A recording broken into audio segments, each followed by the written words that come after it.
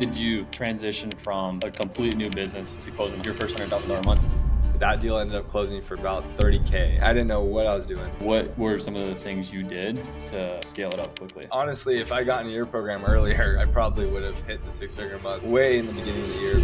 So today we got Magic Guy on the podcast who we're going to be talking about how he went from zero to $100,000 a month in 9 months. So I can't wait for this conversation because not only did you transition from a complete new business doing $0 at all in revenue to closing your first $100,000 a month, but what you've been able to string together 300K months in a row, or 2 or 3 100K months in a row? 2. Yeah, we've done 2. Hitting it once is is cool, but being able to hit it over and over again is like way more challenging. And honestly, it goes to, a lot of your skills with team building and leadership. So we'll get into all that stuff. But first, Magic Guy, what were you doing before wholesaling and how'd you get into it? Yeah, I appreciate it, man. So I actually had a marketing agency before this. I was helping real estate wholesalers get leads for their businesses. And I was quickly noticing some of these guys really sucked, but then some of them were really crushing it. And so I kind of just stuck around the guys who were doing really, really well. And I only really worked with them. And while I was working with them, I discovered that I would have to sell my leads for a lot more if I just ended up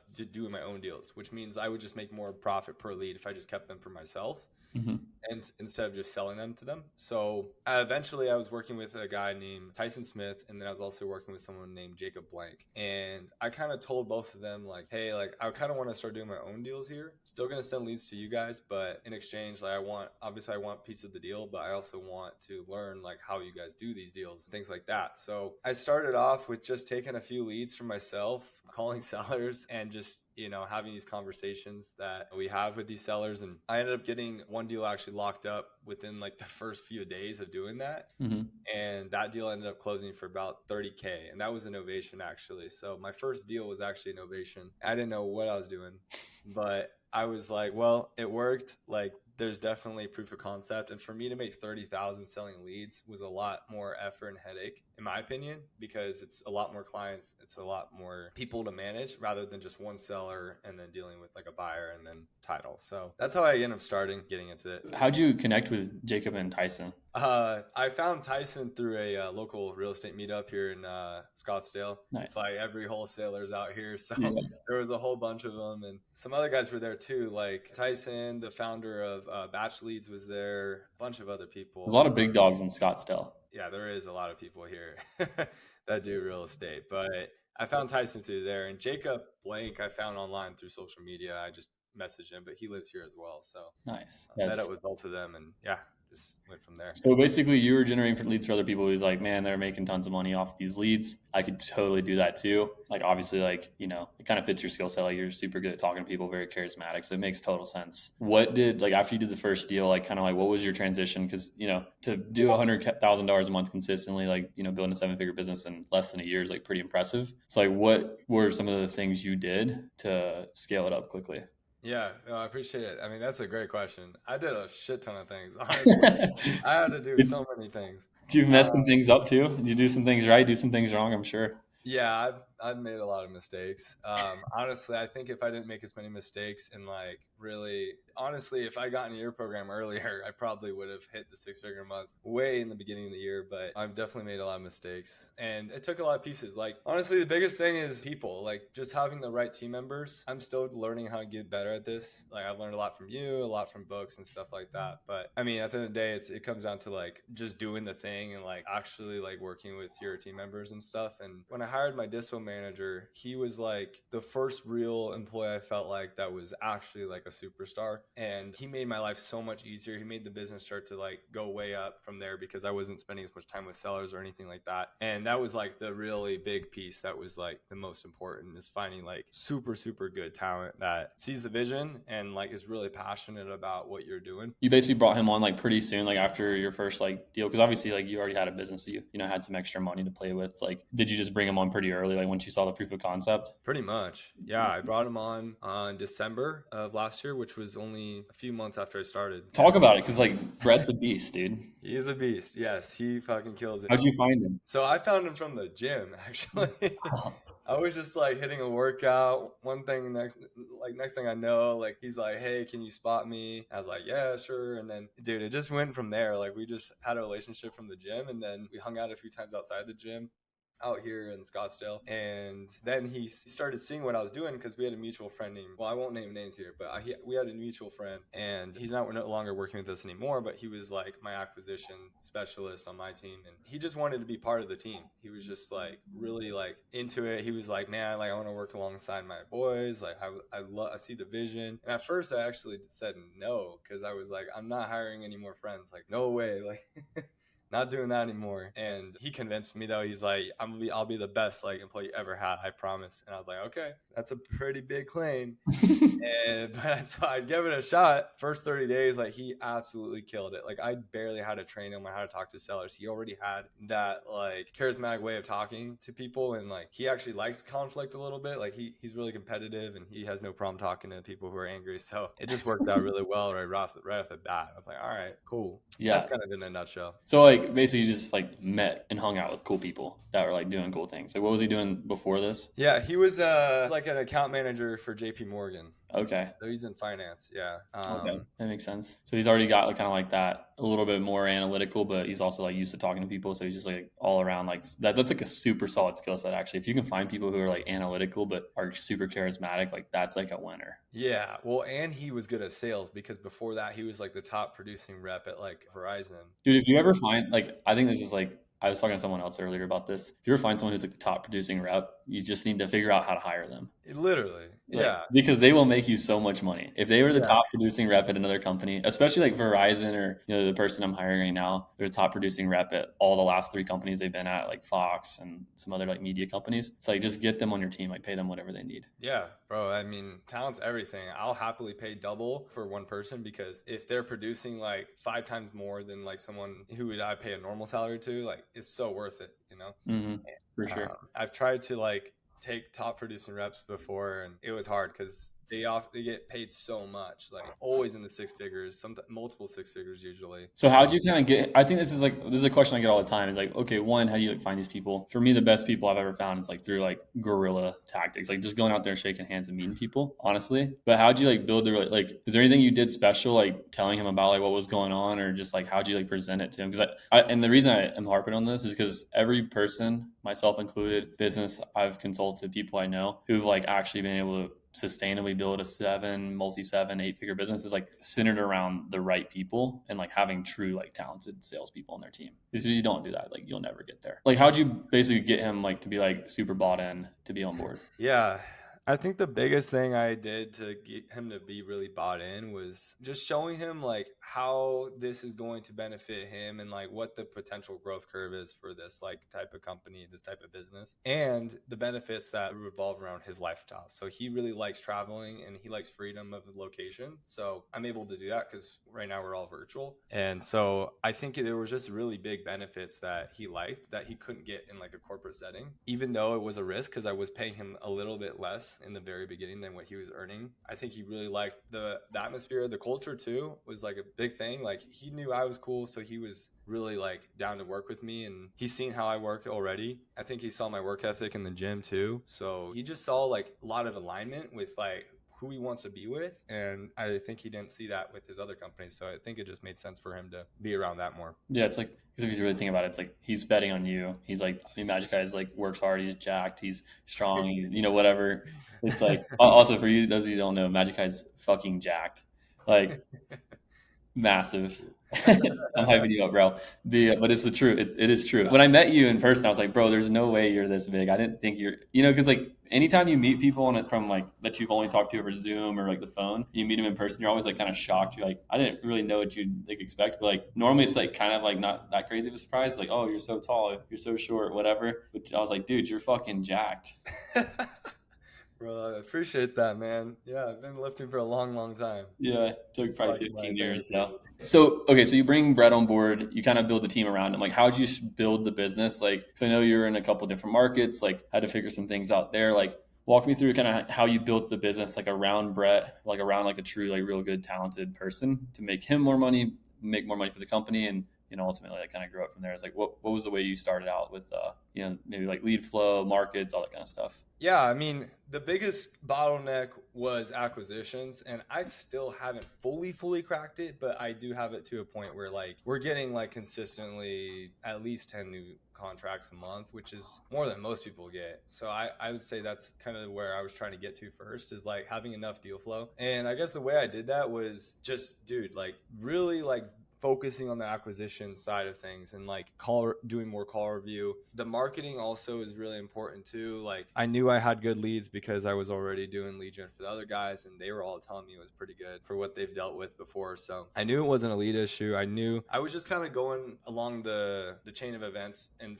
identifying like where the bottleneck was at the very top of the funnel. So the leads was an issue, so I knew it wasn't that. Sales, that's the next thing that definitely was an issue, because without sales you don't have enough deals, and deals you won't have revenue coming in. So yeah, when I focused on that, that's when like more deals started going to dispo, and then I was like, all right, now dispo's an issue because now we have all these deals but they're not moving, so what's going on here? And it was just focusing on every major bottleneck as like much as I can, and like being super relentless until it was fixed. Like not just being like satisfied with like, oh okay, this is like kind of fixed. I'm never like that. Like I'm kind of a perfectionist, and so when things are not like perfect, I get really annoyed, and I have to like really make sure it's as dialed as I think it could be before moving on to like the next thing. So yeah, that was kind of my thought process. And like I think it's like super important on that piece. So like obviously I want to like dive into some of the things you had to do on sales and on dispo to like fix those bottlenecks. But just like on the point of like making sure things are done perfectly before you move on. Because the difference between like a 6 or a 7 out of 10 like implementation or solution or execution, and like a 9 to a 10 out of 10 solution or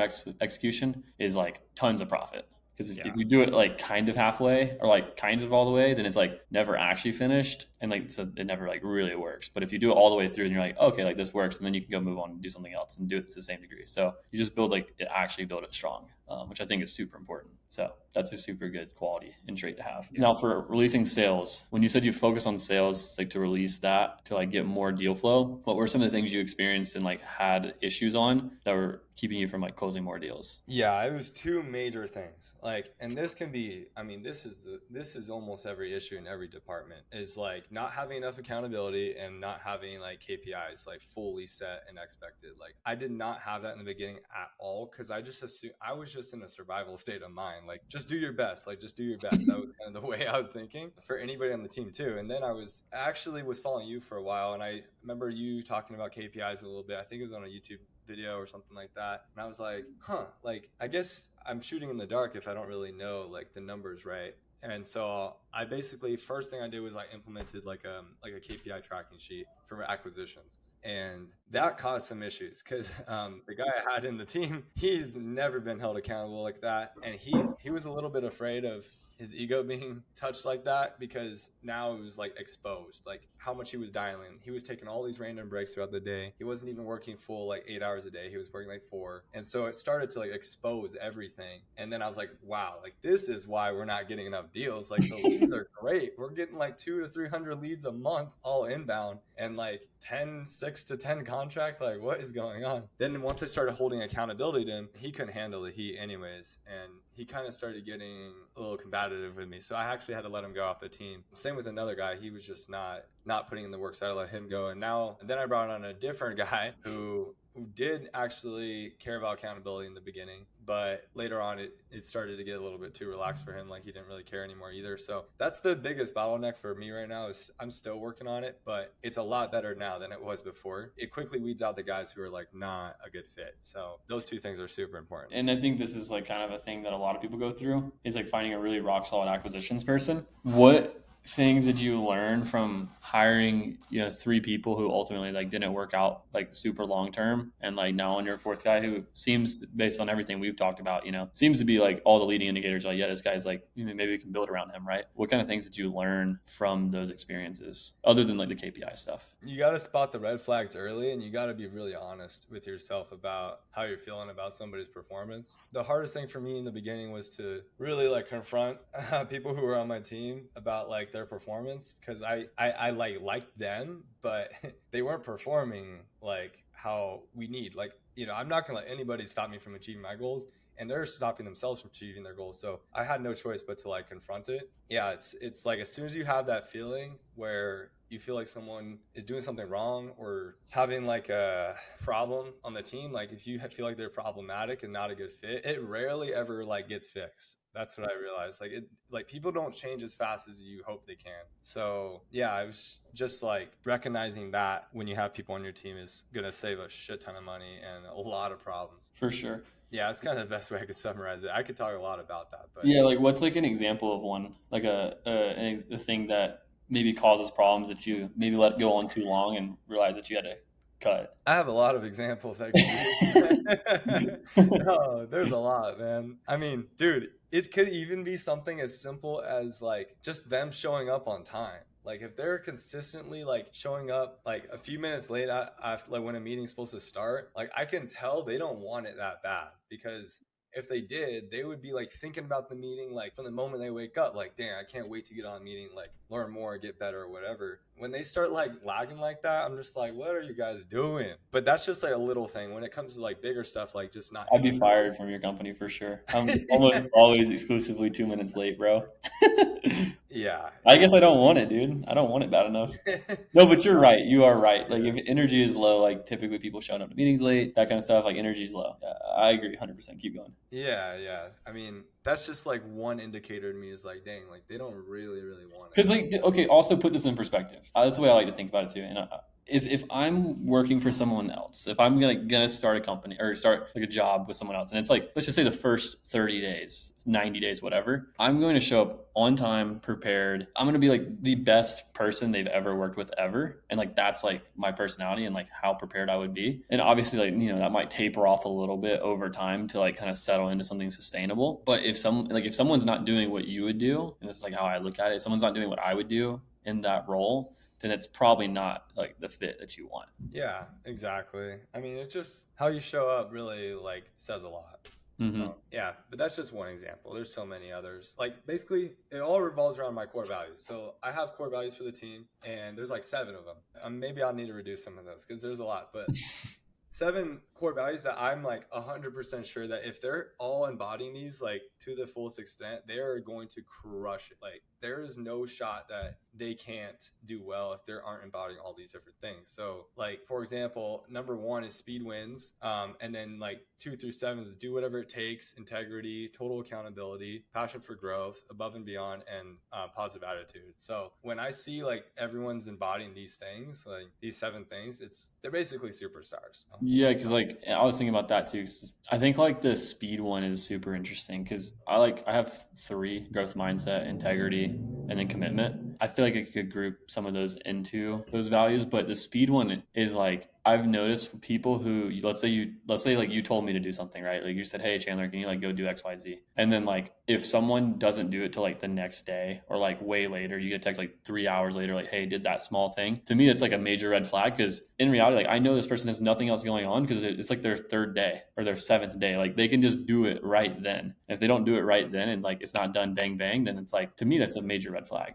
But what else are they doing? They're being lazy. I don't know, like, why wouldn't you want to be fast? Like, time kills deals. That's something I always tell my team. Like, time literally kills deals. I've seen it so many times already. I probably lost 6 figures just because we were slow on something. I got this core value from my friend Josh Rivera, actually. He has a really big marketing agency, and speed wins is one of their number 1 core values. At least it was at the time, but it probably still is because like everybody on the team, if they're moving fast, then the chances of things actually going through and working is so much higher, right? Like there's never been a time when you're doing something fast and it hurts you, except when it comes to like hiring people, because then you're hiring the wrong person sometimes. But even I could even argue if you hire them fast and fire them fast and you learn quick, then like you can maybe do that all in a month, what could have taken 6 months. That's true. Yeah. If you're hiring fast, you need to fire fast though too. For sure. Like, which is why you have to have KPIs, like management, a short leash, like et cetera, spot the red flags early, like all the things you mentioned. And a lot of this comes back to like, I think when you said you just got to be honest with yourself about their performance and like not the person itself, that's such a good thing. Cause I've let so many people who I like as a person go on way too long in a role that is definitely not suited for them because I feel bad about it or like I want to like help them, you know? But yeah, I've gotten like lessons. No, I mean, yeah, it's like a downfall, but it's also it's a superpower too, because it means that you care about people and your team can see that. But it could definitely hurt you if you're being too lenient with it. So Yeah, I used to think that you could train anyone to do anything and like be like, oh, like I could teach them how to do that. And like over the years, I've definitely shifted more towards like I don't really want to teach anyone anything. Like I want them just to be able to go and figure it out on their own. that's really interesting. Yeah, it's a good mindset about it for sure. I think that when you have somebody who like knows what they're, like has those skill sets already, like you're saving yourself so much time and effort and probably money because, even if it takes them a month to figure it out, like who knows how many deals they could have dropped like by then, or Hmm. how much profit like could have been like squeezed out of a deal on Dispo, for example, if they weren't like super good communicators. Like that stuff takes months to learn, if not years. Yeah, or Be a good never. Like a lot of these things like are so intangible. Like a fantastic salesperson, like just let's think Jeremy Miner, for example. Like you can't teach someone to become Jeremy Miner. Like you either kind of have that or you don't. Like a lot of those intangibles. That's Agreed. just the reality Yeah. of it. Like discipline, the ability to relate with people on an emotional level, the ability to always improve. Like these intangible characteristics are not something that you can just say, hey, I want you to become growth oriented tomorrow and like always improve. And like every single time you have a bad sales call, I want you to think exactly what you did wrong and then think about how you'd fix it next time. Like you can't teach someone to do that. They either do it or they don't. Those are the types of things that you have to do if you want to be great at anything. Yeah, it's probably just kind of like the 80-20 rule. Like they should be coming in with 80% of the skills and the other 20 you can probably fix or Like the process or enhance. something. Yeah, yeah. But if it's like they only have half the skills, dude, it's just you're just wasting so much time because I didn't even realize this before, but there's like so many people who in the world looking for a job. like there's so many people at any given time that could be an amazing fit. You just haven't like found them. Mm-hmm. Yeah, I mean it's simple as that. It's amazing what happens if you just like look for a long time for one specific thing. Eventually you'll find it. Dude, so true. That's so true. And tell everyone about it. Like if you just tell everyone what you want, eventually you're just gonna get someone who's good or someone who gives you advice that's like better than like what you're already doing. Yeah, I agree. People, man, people. It's the most important thing you can do. I know it's boring, sounds like impossible to go and find, but you can just find someone like Hermosi said, and this was like 3 or 4 years ago when he first started like posting a lot. He said, if the only skill you knew was how to build a team that knew how to build $1 billion company, then that's all you would need to do, and you'd have $1 billion company. I mean, if you really think about it, that's it. It's true though. Like, yeah, like I'm not the greatest sales and acquisitions, but I know that. So I outsource that first on anything. That is 100% the first thing I'm going to. I can deal with the back end, everything else, marketing, like that's cool. I'm good at that stuff. So you got to find people who are like filling in all the gaps everywhere. And then that's when you'll have a lot of freedom because now you got everybody who can do everything just as good as you, if not better. Like I hope I find people who are better than me. Yeah, truly. Like the first time you hire someone who's better than you at something, it's like pretty eye opening. It's probably the coolest experience. You're like, dude, No, I never could have done that shit.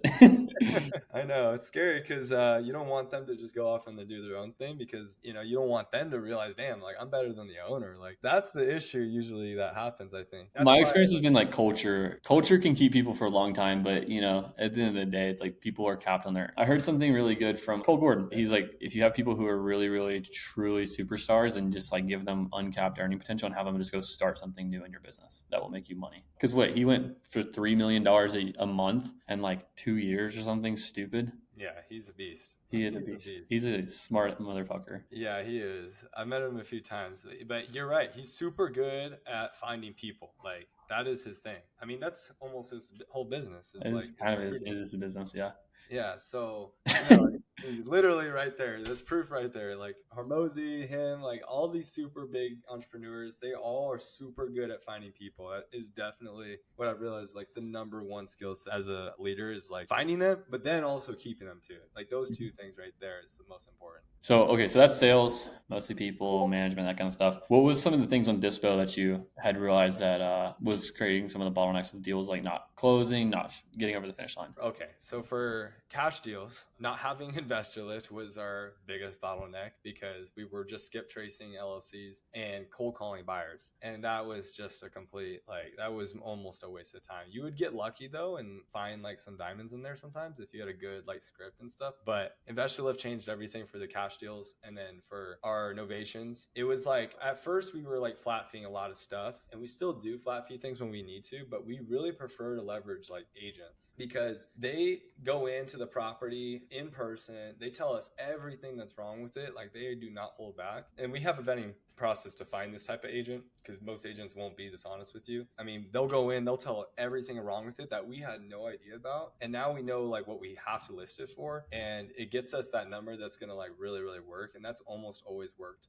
Like we've almost always gotten offers. Like first price we like dropped on the MLS when we did it like that. When we flat fee, we usually are off a little bit just because we never got to actually see it in person. And also because like we don't know like super well about each individual market since we do so many different markets. That's definitely like a really important piece. That like the local presence, it does help a lot. Yeah, like I hate paying a 3% fee or whatever. Like I really hate paying 10,000 to 20,000 for a commission for a realtor. It's like I hate it. But sometimes the difference of doing that and getting the deal closed than like just not getting the deal closed at all. And I'd rather just sacrifice a little money on the front end to, you know, get a deal done than just lose it altogether because we had it priced wrong or something crazy. Basically, like some of the big problems is like understanding the markets itself because there's a lot of nuances in each individual one, right? Yeah, I would say, I mean, that's why. So that was also it too. So we were like doing all these different markets, like a shit ton. And then actually after talking to you, I narrowed it down to like 3 states. And it's still a little bit chaotic because it's like every state has so many different towns and cities. Like it's every single one's different, but it helps now generally because now we know like, okay, like it's in this state. This state is a pretty hot market. Like that, we got that going for us at least. Right.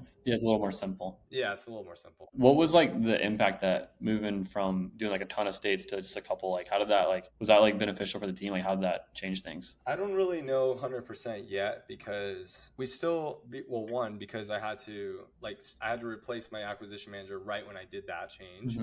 And so I don't really know the effects yet because his performance isn't really like a correlation to the marketing. It's just because he's newer to acquisitions. So I don't really know yet for sure like how that's going to impact, but I do know I think it will help because the markets that we're in are really, really hot. And so if the markets are hot, like the chance of moving deals is just going to be higher than like markets that are not. For sure. I think it'll help, but I definitely need to get MLS access from Texas and Georgia.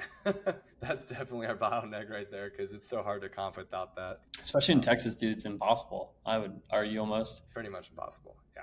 Yeah, that's a giant uphill battle. Yeah, so, Texas is super hot. And right now you said you're getting about like 300 leads a month or something like that. I toned it back now though because my newer rep, I'm still kind of ramping him up. I don't want to pour leads into him yet like too aggressively because he's still kind of missing a lot of offers and I don't want to he's having so much activity already. I mean, we still send him 3 to 5 leads a day, which is plenty. Like he doesn't need more than that. So probably getting, what is that? Like 5 times 30 is 150.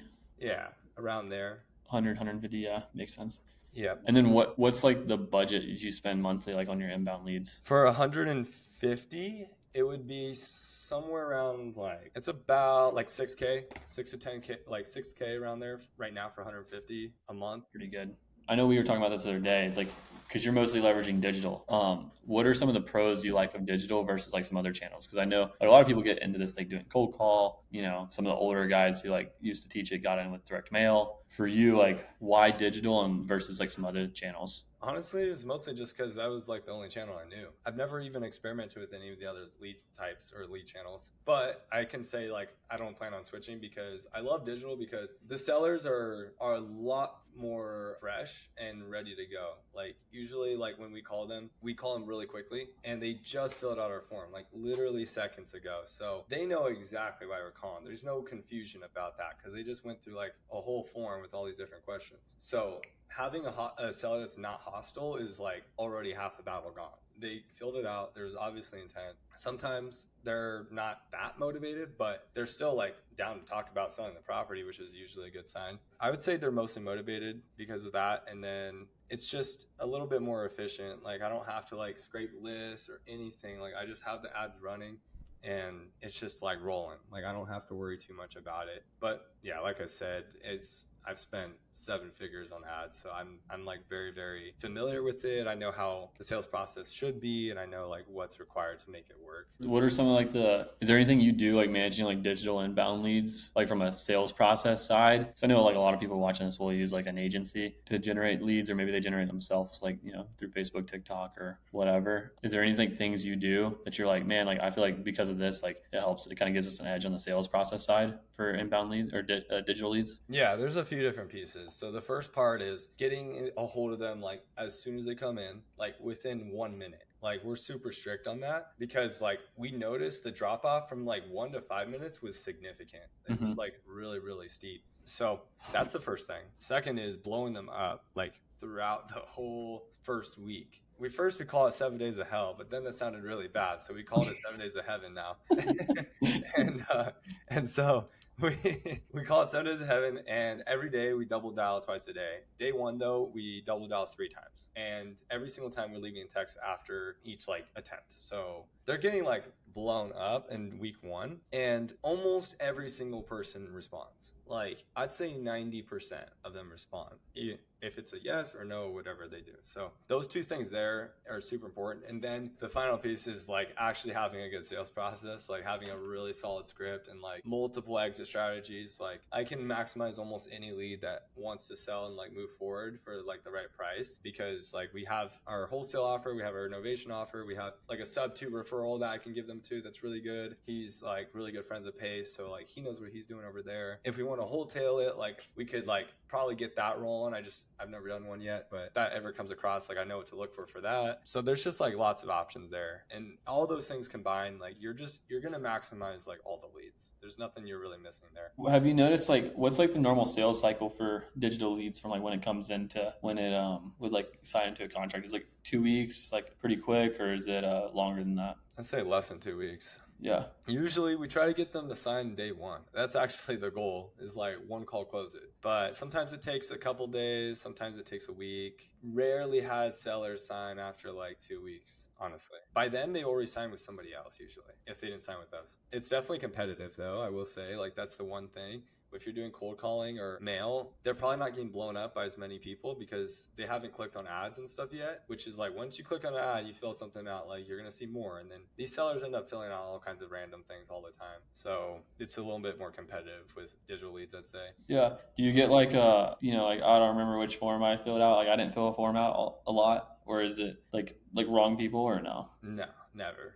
Because we ask so many questions in the form. It's like for them to say they don't remember it, okay, they're just lying and they don't want to actually confront their fears probably. Like we'll call them out for that usually too. Hey, like, it's okay if you're going through like a rough time right now, but we're here to help you out, and like we know you filled out this form. So if you are thinking about getting this property sold, like we'd be happy to chat about it. And sometimes that right there will be like, okay, yeah, like I did fill it out, but like this is really tough time. Don't really want to talk about it very much. But oh, no worries, dude. Like we can talk tomorrow about it or something like that. So if they say they didn't fill it out, they're usually lying. and they probably just like from the moment you picked up the phone and maybe you sounded really weird or inconfident or something like that, they might just say that just to get off the phone with you. I know I do that.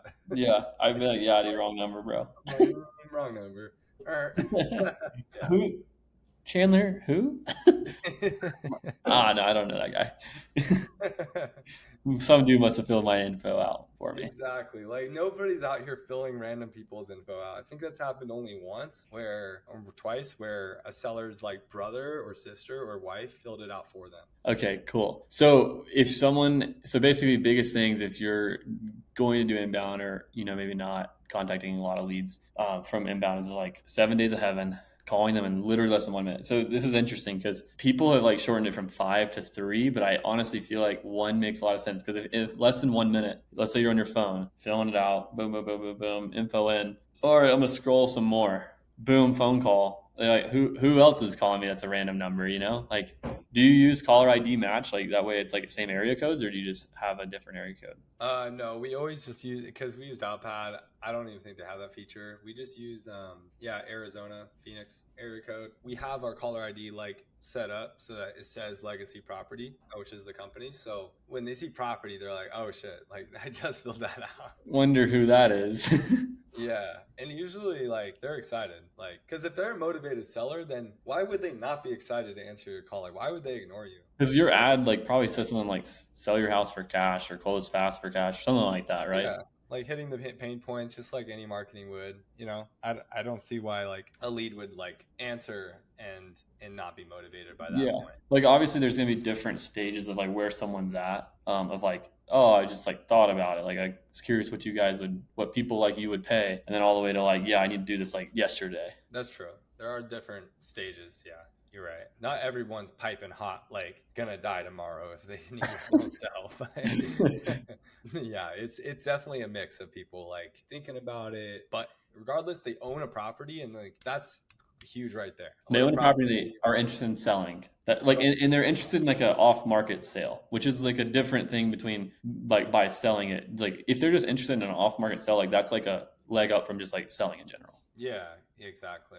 Like they haven't, if they were really thinking about something, they probably would have hit up a realtor, not even gone through anything. Yeah, and then right there, like they don't want to sell with a realtor, or they prefer not to because it's easier, hassle, whatever. And then that's a discounted price to start with, basically. Yeah. So what's next for you, Magic High? What do you got next? Because obviously you've done, you're doing 100 grand a month. You got a solid team built out. Obviously ramping up the acquisitions guy. What's kind of like the next thing you're looking to really like to do like over with the business? Yeah, so my goal right now is to fully dial on each department specifically, like get each department very locked in. And then by that point, when it's consistent, like 6 figures a month is definitely consistent, like it's not too like crazy fluctuations. At that point, I feel like that's when I'm ready to probably bring in or maybe even promote somebody internally to like an ops manager or somebody who can really operate everything for me, because I really care about my time freedom. And like, I obviously want to spend time, getting better, improving my skill sets, and like be able to have freedom and time freedom, right? Like money freedom and time freedom. So yeah, I think that's the next step with like this business specifically, because once I can do that, I actually am very interested in like commercial real estate. I am in the middle of some interesting deals that I actually put together between two really wealthy individuals. And so like commercial real estate's very like interesting to me. And I think those deal sizes are just more worth your time. Like the ROI on those for your time are so much more than just some single family residential properties for like a few $100,000. Like those deals are millions and millions and millions of dollars. So I think that's probably the natural progression from here, but it's still going to be a little bit of a ways before I get to that point. I probably need at least another year in this business before that. I mean, if you know the right people, it's kind of like connecting two dots is kind of what you're doing as a wholesaler anyways. So doing that for a bigger asset class is not something that if it comes across your plate, like, you're able to take advantage of it, even like just the one you're trying to do right now. Yeah, it's cool. Like there's always levels to things. So in real estate, like the levels are awesome. Like, there's single family is great, but like commercial and industrial, like those kind of deal sizes are like, you're not dealing with crazy crackheads in homes anymore. Now you're dealing with like real people who actually know what you're talking about. Yeah. And that's fun to me. Like I like dealing with those types of people. Yeah, like B2B type stuff. Like that's to me a lot better.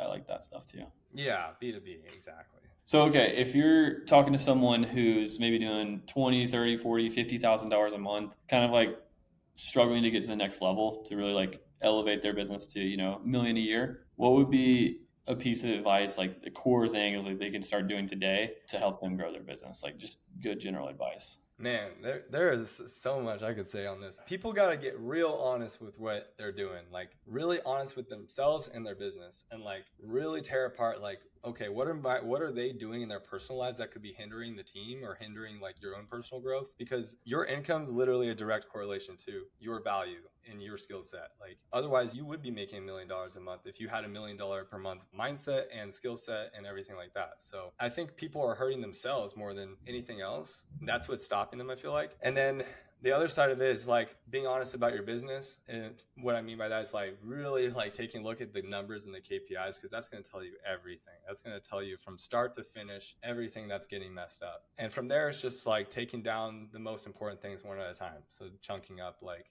Okay, like I'm not even having deals. Okay, I need to get better at marketing or acquisitions. One of the two is probably what's going on there. And yeah, just like taking down one like monster at a time. But yourself is definitely the most challenging thing, I'd say, in your way. You're gonna forever be the bottleneck until you're like, basically until you're not the CEO and you're like a board member, which probably very few people who do any business at all are ever gonna get to that point. That's basically like, you're gonna always be the bottleneck in your business, no matter what. And even if, I guess, if you're a board member, because like, dude, if you're on the board of a company, like, I'm just thinking, I don't know exactly how that works at bigger companies, but I mean, you have voting power. You can vote people out, fire people, like the CEO. So technically, you still kind of are, I guess. Yeah. So I think that's great advice, bro. Be honest with yourself. Be honest with everything in the business. Super solid. Because I would say, as an entrepreneur, I'm super optimistic, probably too optimistic sometimes. So it's like, I know whatever I think is going to happen, I'll just divide it by two, and that's probably the realistic outcome. It's kind of like, That's really smart. I would, yeah. because I'm like, oh, they'll make like so much, and then like, let's just cut that in half. That's probably like actually where it'll end up, and then it'll be way harder to get there than you actually think. But yeah, I think that's fantastic advice, dude. This was super fun, bro. Appreciate you for hopping on and being here, and I think that it was a great conversation, man. Yeah, dude. Thanks for having me. This was fun. All right, guys. I will see you guys later. Peace. Hey guys, so really quick, I want to share some results from our recent client survey that we did, where we found that we added an additional $196,693 per year to our clients' businesses. And this isn't by telling them to go and spend tons more money and bloat their business just to get the revenue numbers up. No, this is going through a simple 7-step process that we call the guide to growth that helps them go and make more money in their business without having to spend another dollar. All we're about. And so I'm going to share with you a little bit about what this guide to growth actually is here on my screen. All right, guys, so taking a look at the guide to growth, it's honestly super simple, because all we have to do is troubleshoot in your business to find out where the actual problem is. And since we've broken it down into 7 sectors, into a wholesale business, into a manufacturing line, lead to net to appointment, appointment to offer, offer to contract, contract to sold deal, and average deal size, all we have to do is understand, compared to industry standard, compared to our clients' results, where do you stack up? And then for something as simple as deal sizes, if you're not 10% of median home price, then you should be able to get it to 10% of median home price. So if it's $350,000 like in Atlanta, your average deal size should be $35,000 plus or minus a little bit. And so if you're not, we're going to identify that. We're going to come down to the guide to growth and understand where the KPI targets should be, what are the core variables, and what are some possible solutions. And we would do something like this, where we'd hand you an SOP and hold your hand and implement it with you step by step on how to buy deals for less, how to sell deals for more, and how to flip higher price point homes so that you can increase your average deal size and release your bottleneck. All we're going to be focused on is growing your company without spending another dollar. And so if this is something that you're interested in remotely at all, where we'd come into your business and show you exactly how we'd implement the guide to growth for you, then all you need to do is go down below this video, click the link to book a call with our team, where we'll walk you through step by step on our roadmap of how we grow your company utilizing our process. So if that's interesting at all, go down below this video and click the link, book a call with our team. Otherwise, I'll see you guys in the next one.